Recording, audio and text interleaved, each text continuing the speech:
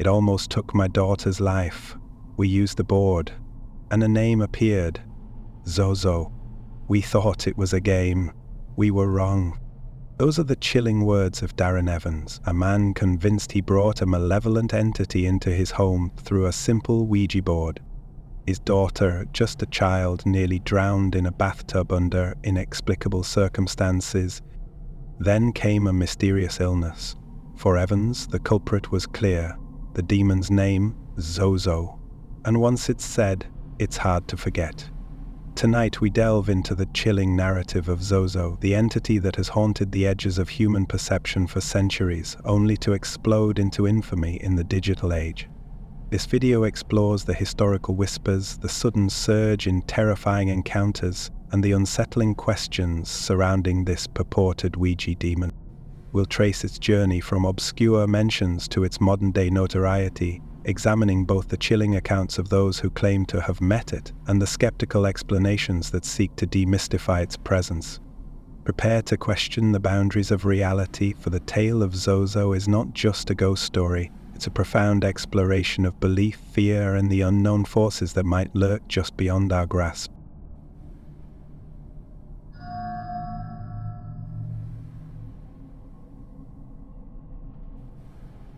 Zozo, a name now synonymous with Ouija board terror, may have roots far deeper than any of us truly understand. While its public emergence is recent, whispers of this entity's existence stretch back centuries. The entity known as Zozo first entered documented record in the early 19th century, yet hints of the name appear to stretch further back in lore. Many believers contend that Zozo isn't a modern fabrication but an ancient, malevolent force.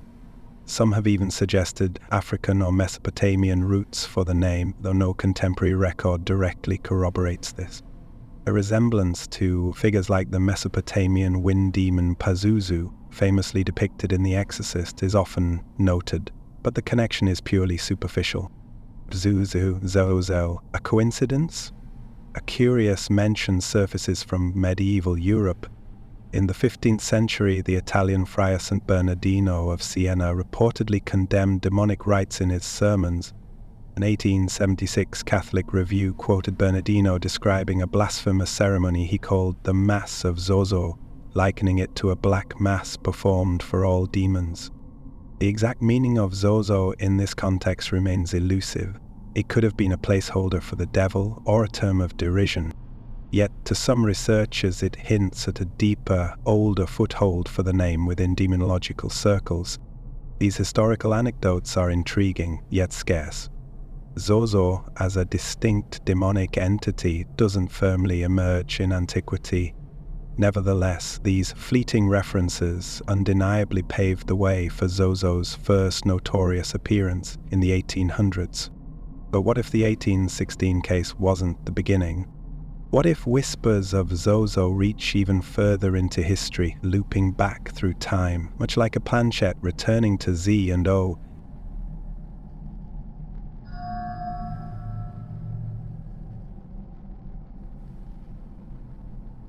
The earliest concrete historical reference to a demon named Zozo stems from a peculiar case of alleged possession in a quiet French village in 1816, though this initial appearance was quickly debunked. Attilly, nestled in Picardy, northern France, became the stage for a highly publicized and ultimately scandalous case of alleged demonic possession. A young peasant girl claimed to be tormented by not one but three distinct demons: Mimi, Zozo, and Crapoulet. This peculiar trio of names, especially the whimsical-sounding Zozo, immediately captured the attention of demonologists of that era. The case was meticulously documented 2 years later in Jacques Collin de Plancy's 1818 Encyclopedia of Demonology, the Dictionnaire Infernal. De Plancy's account, translated from the original French, reveals a deeply skeptical perspective on the entire incident. He explicitly noted that the girl wanted to pass herself off as being possessed and was merely speaking nonsense, fabricating her demonic affliction by Mimi, Zozo, and Crapoulet. A local clergyman, a man of honesty and discernment, grew suspicious of the girl's theatrical performances. He promptly alerted the authorities. Upon investigation, officials definitively concluded that the girl was not under any infernal influence. Instead, she was ill, likely suffering from a mental or physical malady.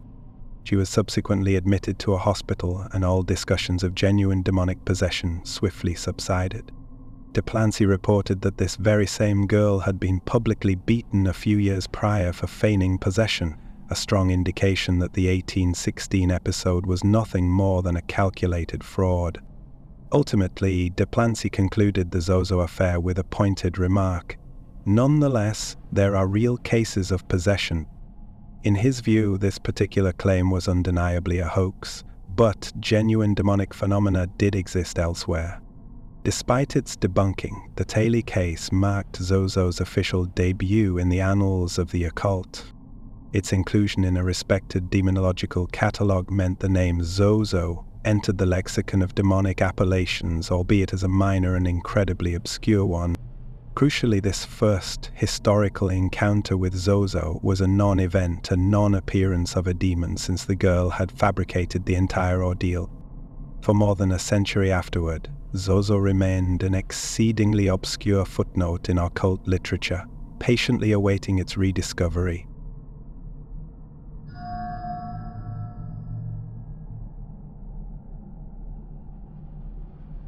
For over a century after its initial mention, the entity known as Zozo remained largely absent from mainstream paranormal discourse, appearing only in scattered, curious footnotes. Through the 19th and early 20th centuries, Zozo failed to achieve any real prominence in paranormal circles. The spiritualism movement of the late 1800s, when Ouija boards, then often called talking boards, first gained popularity, produced countless purported spirit communications. Yet, in the vast archives of Victorian ghost literature and early 20th century seance accounts, the name Zozo is conspicuously absent. People claimed communication with deceased relatives, with angels, with unnamed demons or generic devils. With Zozo, it simply wasn't a known boogeyman. This absence is significant. It suggests that whatever this entity was, it wasn't a widespread household name among occultists or spiritualists of those times. However, a few scattered references to the name Zozo did occasionally surface, often in peculiar contexts. One such reference appeared in French literature. In 1966, French playwright Jacques Audubati penned a play that, intriguingly, featured a demonic tempter character by the name of Zozo. In the play, Zozo is depicted as an incarnation of the devil himself, tempting Adam in the Garden of Eden. The name Zozo, with its repetitive, almost childish sound, created a disturbing contrast with its malevolent role. This creative use of the name on stage demonstrates that Zozo had, at the very least, permeated the imagination as a demonic moniker, even if not directly from established folklore. It is plausible that Audebert encountered the name in older works like the Dictionnaire Infernal, or perhaps he simply invented it for dramatic effect. Around the same period, in 1960s France, Zozo was also a colloquial nickname sometimes used to denote a foolish person. These secular meanings appear unrelated. Decades earlier, an echo of Zozo may have surfaced in a far more serious context, the real-life case that later inspired the novel and film The Exorcist. In 1949, a young boy, pseudonymously known as Roland Doe in Maryland, underwent a notorious exorcism after allegedly invoking something malevolent via a Ouija board. Some modern commentators have speculated that the entity Roland contacted might have been none other than Zozo, given Zozo's later reputation for haunting Ouija users. However, contemporary records of the 1949 case do not explicitly name Zozo. The boy reportedly communicated with a spirit he called Captain Howdy through the board. Priests simply referred to the possessing force as the devil or the demon. Thus, connecting Zozo to the Exorcist case is largely a retrospective interpretation. Shows how once Zozo became widely known, decades later, people began to interpret its identity into earlier Ouija-related demonic cases. Another esoteric footnote appeared in the 1870s. As previously mentioned, a Catholic publication in 1876 alluded to a so-called Mass of Zozo when discussing demonology. This was not a report of Zozo actively attacking anyone, but rather a description of a depraved ritual, essentially using Zozo as a label for a demonic ceremony. It remains unclear whether this indicates an actual demon named Zozo was being worshipped, or if Zozo was merely slang for a generic devil. Crucially, none of these 19th and mid-20th century instances portrayed Zozo as a persistent, autonomous demon actively haunting individuals. By all indications, Zozo lay dormant as a name, a rare, almost forgotten demonic reference until the late 20th century. Even renowned demonologists and exorcists of the era, figures such as Ed and Lorraine Warren or Father Malachi Martin, never mentioned encountering a specific entity named Zozo. The stage was set for a dramatic, unforeseen re-emergence.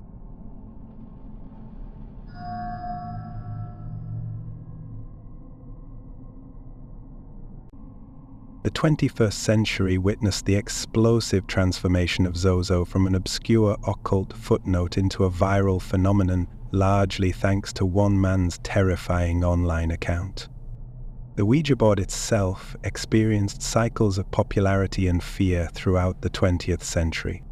But the legend of Zozo as the quintessential Ouija demon truly exploded into public consciousness in the 21st century. The catalyst was a single chilling account shared online.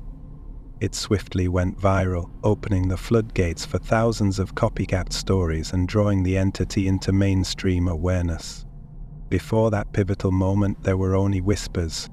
In the early 2000s, a handful of individuals claimed to have stumbled upon Zozo during Ouija sessions, but these accounts remained low profile. Paranormal researcher Darren Evans, who would soon become central to Zozo's modern narrative, later unearthed one such case on an obscure forum.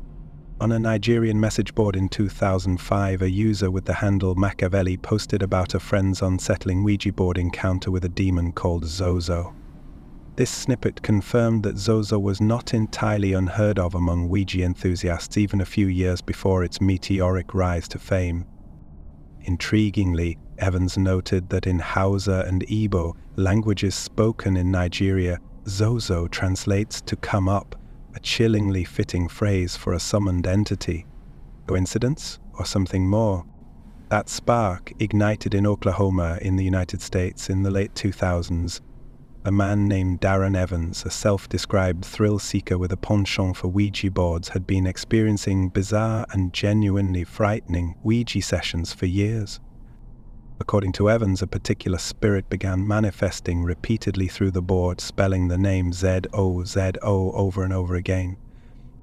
In his early encounters, the experiencer noticed an unsettling pattern. The planchette, the sliding pointer on the board, would often move in a figure-8 or zigzag pattern, gravitating to the letters Z and O in a rapid, unnerving repetition. Initially, this entity appeared friendly or even benign, a common deception, as it would turn out, but soon it became aggressive and sinister. Evans reported that Zozo, as the being identified itself, would curse at him, hurl obscenities, and issue terrifying threats. On one harrowing occasion, the unseen force allegedly began speaking in what looked like Latin or Hebrew through the board, completely baffling the researcher. No matter where or with whom he used a Ouija board, the same name continued to surface, too many times to count, he later wrote. It was as if this malevolent presence was relentlessly stalking him through the Ouija from session to session and even across different states. In 2009, Darren Evans made the brave yet perilous decision to go public with his story. He penned a lengthy, detailed post on a paranormal website called True Ghost Tales, meticulously recounting his experiences with a demon he called Zozo. This post, dramatically titled Zozo Phenomenon, would soon become infamous within paranormal circles. Evans's narrative described escalating encounters with Zozo that went far beyond mere planchette movements. In one particularly harrowing incident, Evans claimed that Zozo threatened his young daughter during a Ouija session. Shortly afterward, the little girl nearly died, almost drowning in the bathtub under inexplicable circumstances, an event the experiencer interpreted as a demonic attempt on her life. Later, the child developed a mysterious illness that doctors struggled to explain. Again, Evans suspected Zozo's malevolent influence. These terrifying events pushed him to the brink. He suffered what he described as a nervous breakdown and even sought out an exorcism to rid his family of Zozo's relentless influence.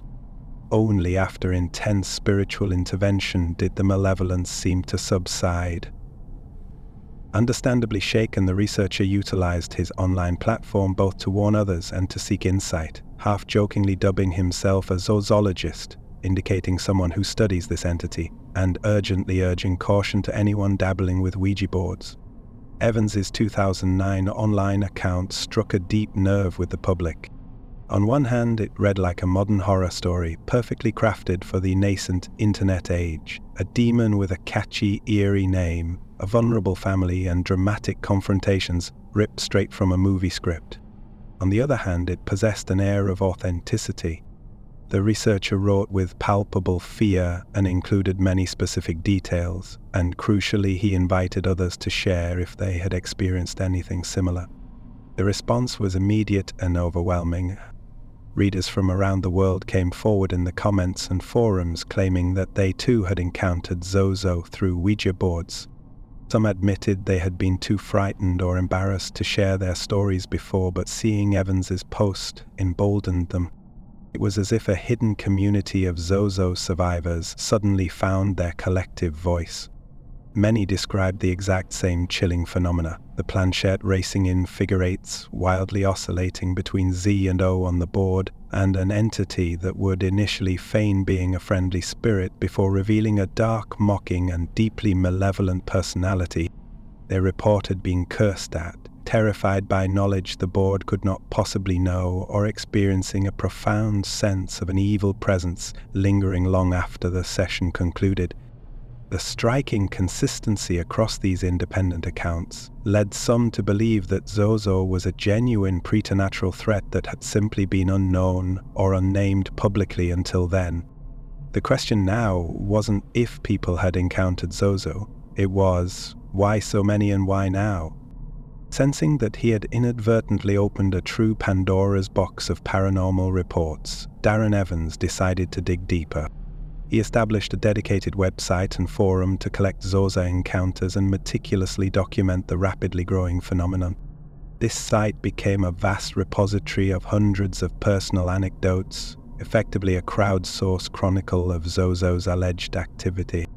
Evans also began referring to himself as a Zozo researcher, even tongue-in-cheek adopting the title of Zemonologist, a blend of Zozo and demonologist, as he corresponded with frightened experiencers and fellow investigators. Skeptics, however, raised immediate eyebrows.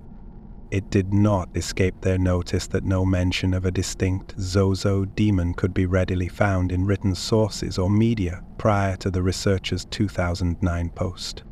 If so many people had supposedly encountered this fiend over the years, why had none of them published it or discussed it publicly until one man's story went viral? Could it be, skeptics posited, that Zozo was essentially a viral urban legend willed into prominence by the very act of people reading and believing Evans's tale? The timing perfectly coincided with the rise of other internet-born myths such as the Slender Man, a fictional creature invented on a forum in 2009 that many subsequently came to believe was real. To outside observers, it appeared entirely possible that Zozo had become a mass-shared delusion among Ouija users. Once the idea of a particular demon was planted in their minds, any strange board movement might be interpreted as Zozo. Whether mass delusion or genuine threat, Zozo was here to stay.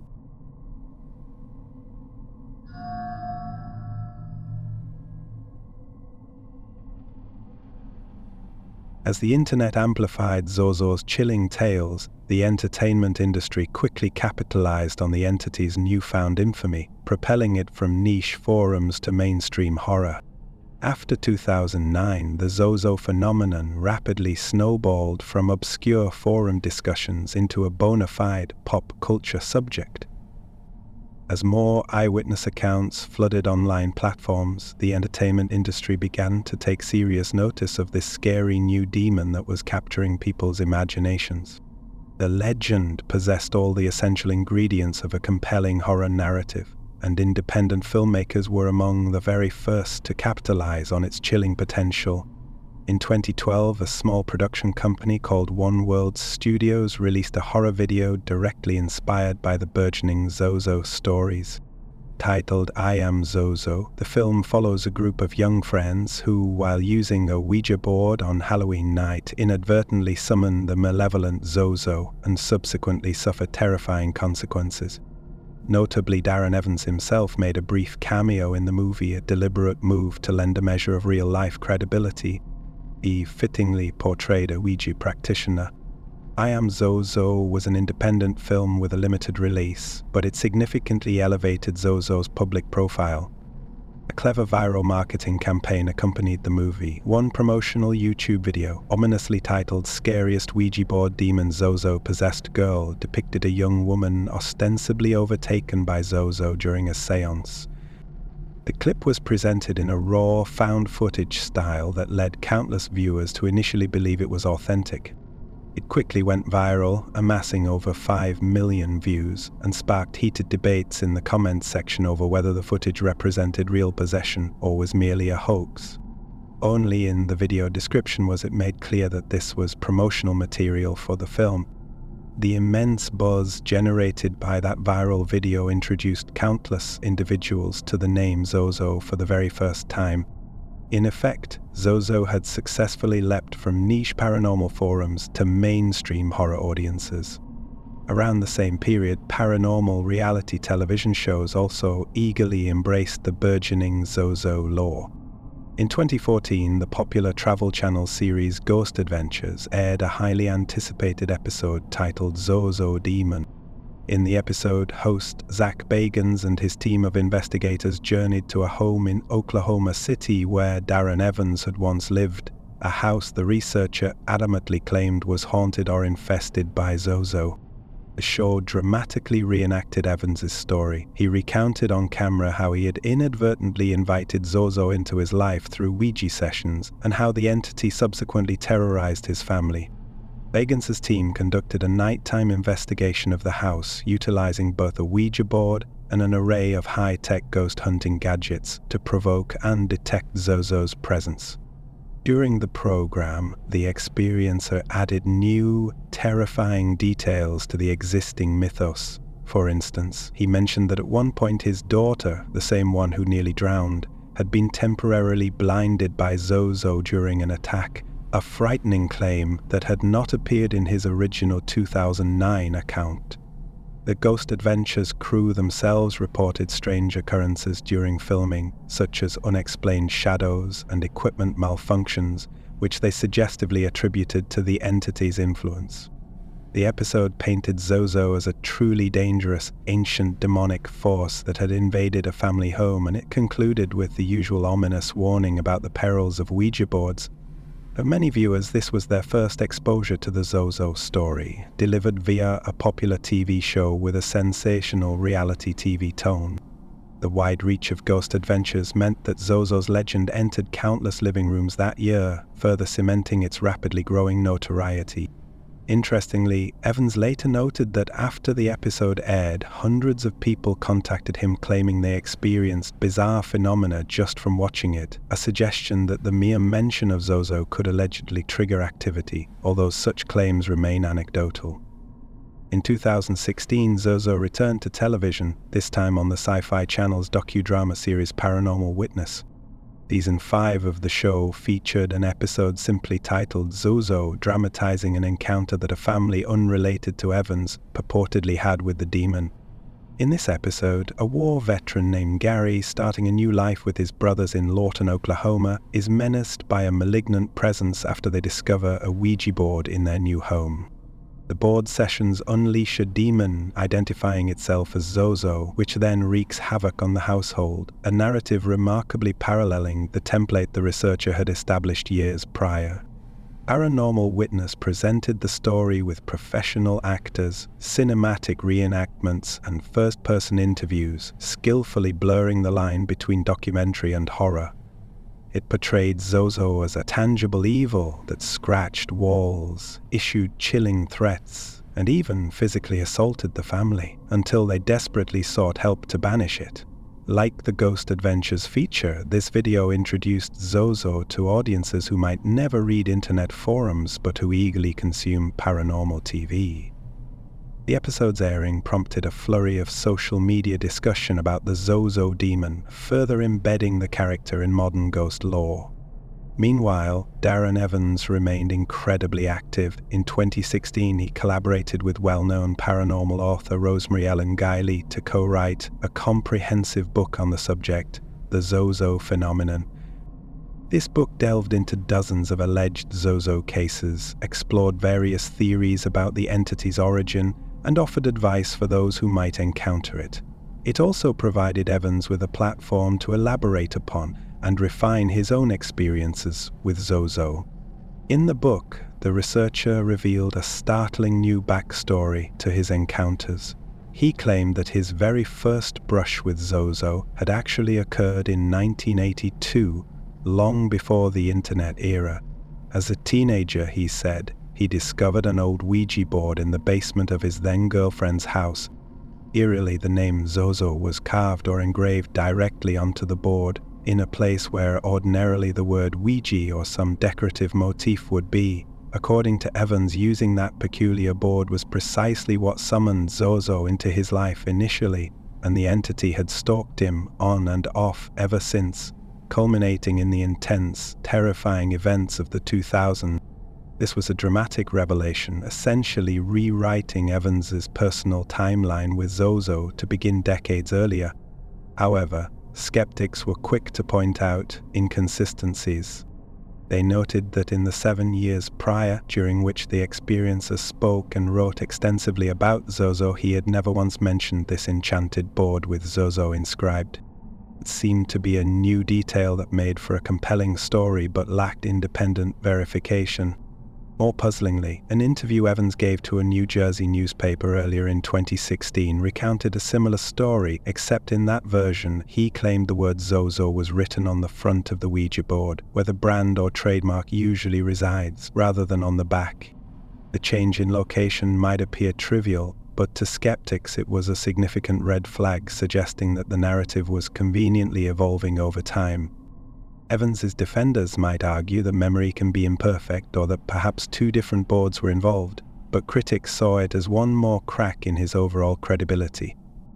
The Zozo Phenomenon book nonetheless treated Zozo as a legitimately dangerous demon, framing Evans' experiences within the context of a broader supernatural theory. Rosemary Ellen Guiley's involvement lent the book some weight within paranormal circles, as she was a respected figure who had written extensively on demons, ghosts, and occult topics. The book also explored historical connections, much as Evans had done on his blog, attempting to tie Zozo to various ancient belief systems and cultural practices. Curiously, one observation raised by a paranormal scholar highlighted a fascinating link between Zozo and Zoso. Any who saw the cover of the Zozo Phenomenon book immediately noticed that the stylized font used for the word Zozo bore a striking resemblance to the famous Zozo symbol associated with rock guitarist Jimmy Page of Led Zeppelin. Back in 1971, Led Zeppelin's fourth album featured 4 symbols, one of which, Jimmy Page's personal mark, undeniably resembles the word Zoso. Page never fully explained its meaning, though it is widely known to be a centuries-old occult glyph tied to the planet Saturn. The coincidence was tantalizing. Darren Evans happens to be an avowed Led Zeppelin megafan. His website even once linked to Zeppelin's official page and promoted Jimmy Page's autobiography. Could it be that an obsession with Led Zeppelin and the arcane Zozo symbol had subconsciously or even deliberately inspired the name Zozo in Evans's claims? Skeptics advanced this theory, noting how convenient it was that the demon's name echoed a symbol beloved by a self-professed occult-leaning Zeppelin fan. Hinz, however, flatly denied concocting Zozo from the Zozo symbol. In response to these critiques, he argued that the root Zo syllable possesses a mystical recurrence for some reason, appearing in various cultures and names as Zozo, Zoso, Zoroaster, and so on, almost as if it has an inherent power. On his blog, he suggested Zo carries a magical significance, which might explain why both a demon and a rock star's symbol independently converged upon it. This defense, however, did not satisfy everyone. The lack of consistency in the researchers' personal accounts, combined with the clear pop culture links, provided ample fuel for those arguing that Zozo's story was more a case of modern myth-making than an ancient demonic resurgence. All these debates, playing out in books, blogs, and on television, only served to amplify Zozo's fame. By 2016, Zozo was firmly entrenched as a celebrity among demons, widely known within the paranormal community and a frequent subject of chilling storytelling. One could find countless YouTube videos with titles like Ouija Zozo Encounter Caught on Tape or Confronting Zozo Demon Challenge, amassing millions of views from the curious and thrill-seekers alike. Indeed, one media writer noted that a YouTube search for Zozo Demon yielded tens of thousands of results, ranging from emotional first-hand testimonials and true storied narrations to elaborate hoaxes and pranks. Zozo had truly taken on a life of its own, far beyond Darren Evans or any single origin point. It became what one journalist aptly called a hive mind belief system, a kind of modern folklore, sustained and amplified by collective sharing and profound fear. The inherent gaps and contradictions in its historical narrative mattered little to those who had now become true believers that a wicked Ouija demon was actively out there, relentlessly prowling for victims.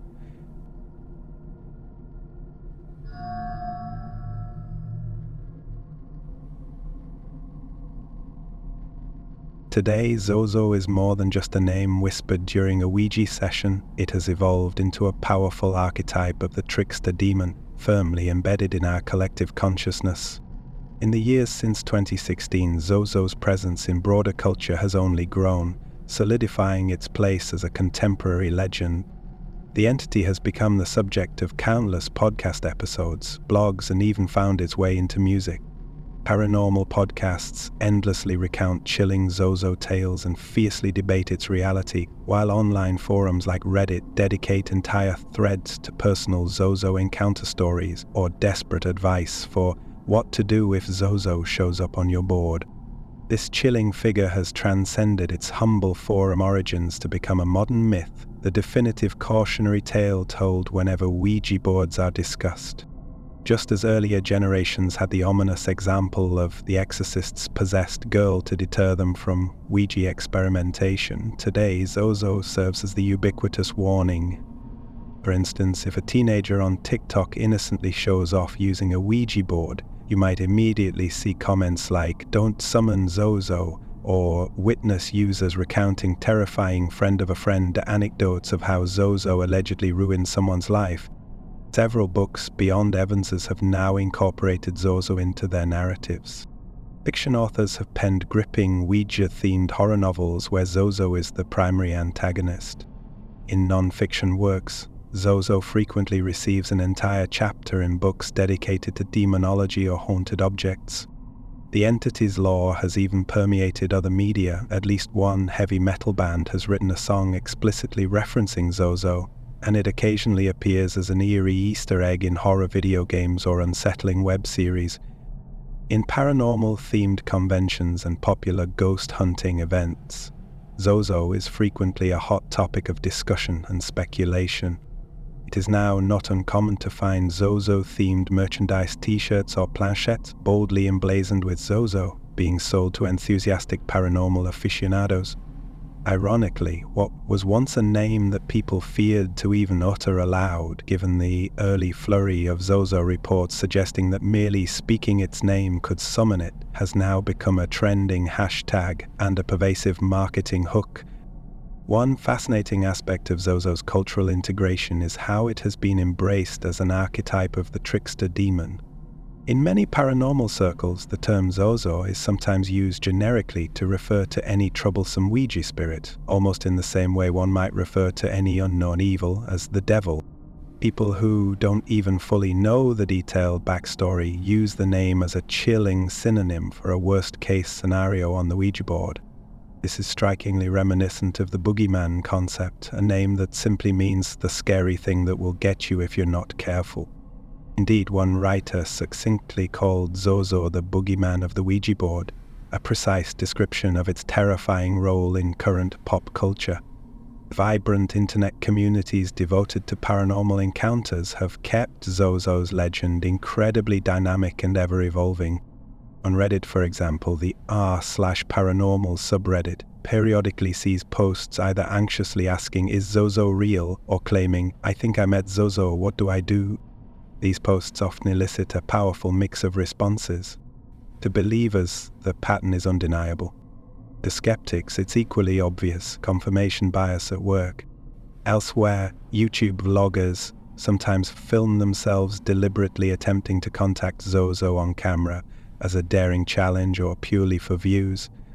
In these videos, any odd movement of the planchette or any unexplained noise in the room is dramatically presented as irrefutable evidence that Zozo has arrived.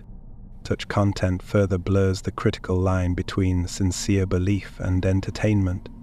It forms a self-perpetuating cycle. The more people talk about and visually perform encounters with Zozo online, the more real and powerful the legend becomes in the collective imagination. Analysts of contemporary folklore have likened Zozo's rapid growth to that of the Slender Man legend, a known fictional creation that nonetheless inspired genuine fear and even real-world violence, famously exemplified by the 2014 case where two girls in Wisconsin brutally stabbed a classmate, allegedly to appease Slender Man. While Zozo hasn't been linked to crimes in that specific way, it shares the unsettling pattern of an idea spreading virally and subsequently being treated as undeniably real by a significant subset of the population. This leads to a compelling theory, the concept of a digital tulpa. One parallel frequently cited is the Philip experiment of the 1970s. In that groundbreaking parapsychology experiment, a group of researchers in Toronto invented a completely fictional ghost they named Philip, giving him a detailed and elaborate backstory. They then conducted a series of seances to contact him. Lo and behold, these sessions reportedly produced table raps and purported spirit messages from Philip, suggesting that the participants' intense collective belief essentially conjured perceptible phenomena. Zozo, some suggest, might be a similar thought form, essentially a tulpa, a being created solely by intense concentration and shared belief. With thousands of people focusing profound fear and concentrated intent on Zozo, especially through the emotionally charged ritual of a Ouija seance, could they be inadvertently creating the very demon they so deeply fear? It is a fascinating and unsettling hypothesis that powerfully straddles the complex line between psychology and the truly paranormal. On the flip side, many devout believers in the paranormal firmly hold that Zozo was always real and entirely independent of human belief. They argue that Darren Evans merely revealed it to a wider audience.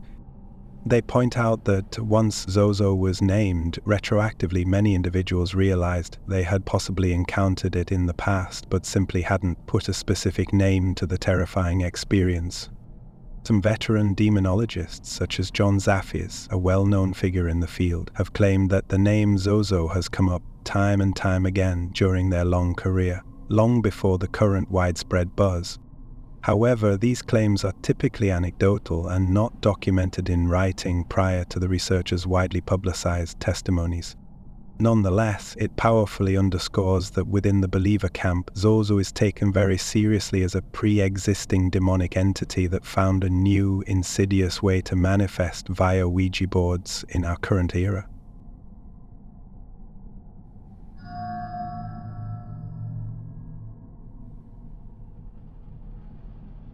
In the end, the Zozo phenomenon is less about one demon and more about how stories spread, online, in fear, and deep within us. Whether Zozo is real, imagined, or somewhere in between, the fact remains, once you hear the name, it never quite leaves you. Like the planchette looping endlessly between Z and O, the story of Zozo has come full circle, cementing its place in our fears. We invite you to consider these possibilities, to delve into the depths of your own understanding, and to share your perspective. If you found this exploration intriguing, please consider giving this video a like. Subscribe to our channel for more investigations into the unexplained, and click the bell icon to be notified when we uncover new mysteries. Leave a comment below. We would love to hear your thoughts and experiences regarding Zozo or any other strange phenomena. Thank you for watching. Stay curious.